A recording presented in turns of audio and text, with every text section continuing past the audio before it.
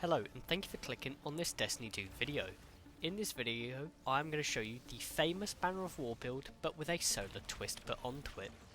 This build is going to give us some insane survivability but most importantly insane damage, all while giving our teammates buffs and giving ourselves constant supers, constant melee generation and just constantly melting everything in front of us. It is absolutely insane. Now to begin with, I'm going to show you the gameplay loop. The gameplay loop is essentially just run and gun until you find something big that you want to put in the ground, such as a horde of champions or yellow bars in front of us. In which case we're going to slide, pop our melee, and we're just going to start putting everything in the ground, using our Banner of War and our other aspects to do this. And then we've melted everything in front of us, in which case we'll have our super because our supers come back so quick, and then we can just run around with our super, melting everything again. Again, this isn't going to be perfect because this build thrives on playing with other players, as our Banner of War is going to give us more melee energy depending on the amount of teammates we are able to buff with it. But as you can see, because we are able to just balance our Banner of War with our super, we're going to be able to just chain the two essentially. So if we now spawn a load of enemies again, you will see, and you will also see in the gameplay clips, that we can get our super back so quick. Now we're just going to light people up and we're going to do the same thing. This guy needs to go on the ground, so does this guy, so does this guy, and eventually you're going to be able to one-shot things with your Banner of War melees. And then we're going to throw that, which is going to give us more melees because of our build. We can put you back in the ground, and so on and so on. And as you look in the bottom left corner, we've nearly got our super back already. We are at over 3/4. This is absolutely insane. You can just chain the two, your Banner of War attacks and your super attacks hand in hand, just constantly. It's stupid, and this comes with a solar twist on it. Now to explain the build. And the most important thing is the exotic armor piece, Wishful Ignorance. This means we get an additional Frenzied Blade charge, and Frenzied Blade gets increased damage with each strike. And our pulses from our Banners of War will return melee energy based on the amount of allies we heal. Which is why I said this thrives when playing with other players, because we're going to get more melee energy when we heal allies. Now for the subclass, we are using the Strand subclass, and obviously we are using the Blade Fury super. Your class ability can be whatever you want. I like Tower and Barricade for survivability, jump whatever you want. The melee obviously is going to be Frenzied Blade, and for the grenade I recommend Grapple, just for that nice bit of versatility of getting around the maps. Now for the aspects, the most obvious one, Banner of War. Defeating a target with a melee attack, or our powered melees, or finishers, will give us a Banner of War that pulses with energy, periodically healing nearby allies and increasing melee and sword damage. Targets defeated by you and nearby allies charge the banner as well, increasing the speed of its pulses. So essentially, the more stuff we kill, the more healing pulses we're going to do, the more melee energy we're going to get because of our exotic armor piece. Now, you may not always be able to get your powered melee kills, or you might not have your Banner of War on you, in which case you would want to get a finisher. That way you can get your Banner of War on you to help you re-get your melee energy back. So, for this, you just want to keep finishing people.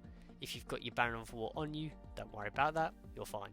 Or you can use another finisher to get increased Banner of War duration. And then for the second aspect, we have Fletcher's Storm. While sliding, we activate our charged melee ability to leap into the air, knocking nearby targets away and dealing damage.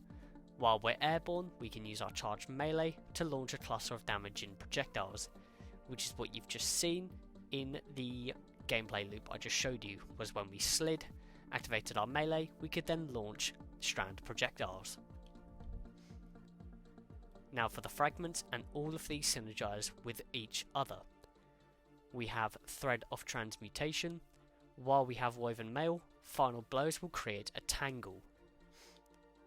Next up we have Thread of Fury. Damaging targets with a tangle will grant us melee energy. As you can see, these two synergize hand in hand perfectly. And then we also have Thread of Warding. Picking up an Orb of Power grants Woven Mail. Well, if we pick up an Orb of Power, we get Woven Mail. While we have Woven Mail, Weapon Final Blows will give us a Tangle. Using that Tangle will give us melee energy. And then for the final one, is just dealing damage will give us Grenade energy, giving us our grapple back. This one is just nice to have. But these three go so hand in hand, it is incredible. Now for the weapons, and we are starting off with the primary. I personally like to use the new Malpis Pulse Rifle, just because it is pretty insane, to be honest. It does insane damage, and it can also do suspensions to targets. Detonating a large number of rounds will suspend a target. This synergizes perfectly with our Strand build.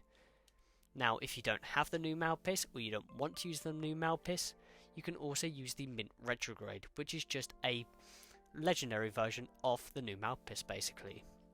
But my two recommendations, new Malpis or Mint Retrograde for your primary weapon.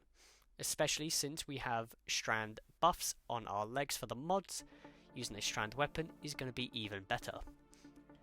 Now for the secondary, I recommend a solar weapon, since this is a Strand build with a tinge of solar put inside of it. I personally like the Mida Mini Tool.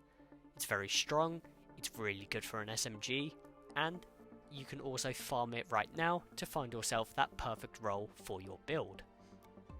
And then for the heavy, I am personally using the Hilatus Strand rocket launcher. Again, it's a Strand weapon, we've got Strand mods on our legs, it's going to do that bit more damage. Now in terms of the artefact, I'm just going to go over the important ones. First column, entirely up to you. Second column, entirely up to you again. Except for this bottom one, dealing Strand weapon damage has a chance to spawn a Threadling. We've got Strand weapons, we might as well put this on, as we can then get some Threadlings to help deal damage. For this next column, I like to use Fever and Chill.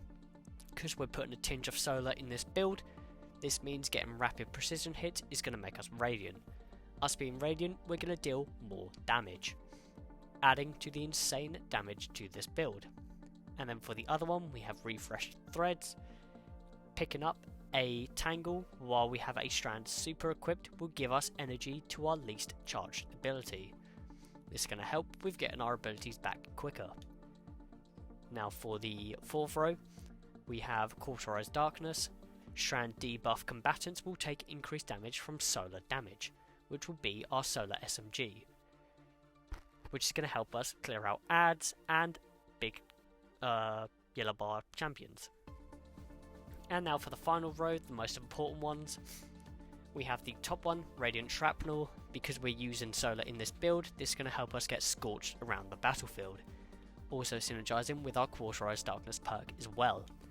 This is going to help us just do chip damage to all targets on the battlefield, and it's going to help us get Radiance.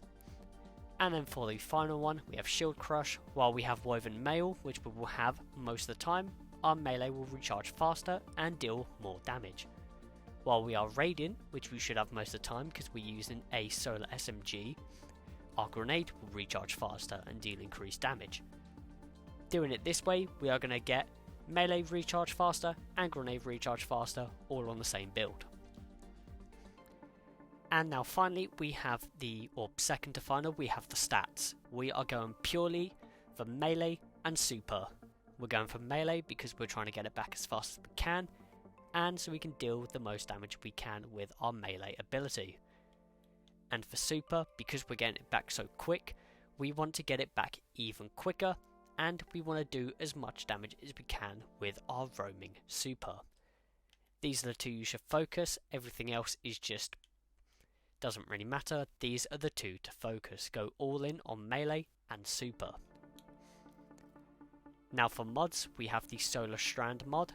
For the helmet, we have the hands on for the helmet as well, which gives us bonus super energy on melee kills. Since this is a melee build and we're trying to get our super back as quick as we can, this is a perfect mod. And again, we have a strand mod for the final one, as we just needed a 1 space. Now for the arms, we have melee kickstart. This is going to help us get our melee energy back when we fully deplete all of it. We're going to have fastball so we can grapple even further. And we're going to have heavy handed so we get orbs of power on all those powered melee kills we are getting. For the chest piece, this is all just damage resistances, so put on here whatever you want. Now for the legs, I recommend using a strand weapon surge to enhance our powered melees, our strand primary weapon, and our strand heavy weapon, and also our strand super. And then we have recuperation for survivability and invigoration to help us with that melee cooldown time. And finally for the class mod, we have time dilation, so our armor charges last longer. Because we're going to be getting quite a lot of armor charges, we don't want to be wasting any. We want them to constantly be proccing for our strand surge, our melee kickstart, and our 1-2 finisher. Speaking of, we are now using 1-2 finisher. This means when we use a finisher, we can consume 3 or more stacks of armor charge and get a crapload of melee energy. Since proccing Banner of War, we need to use a finisher. Finishers are actually going to be very helpful in this build.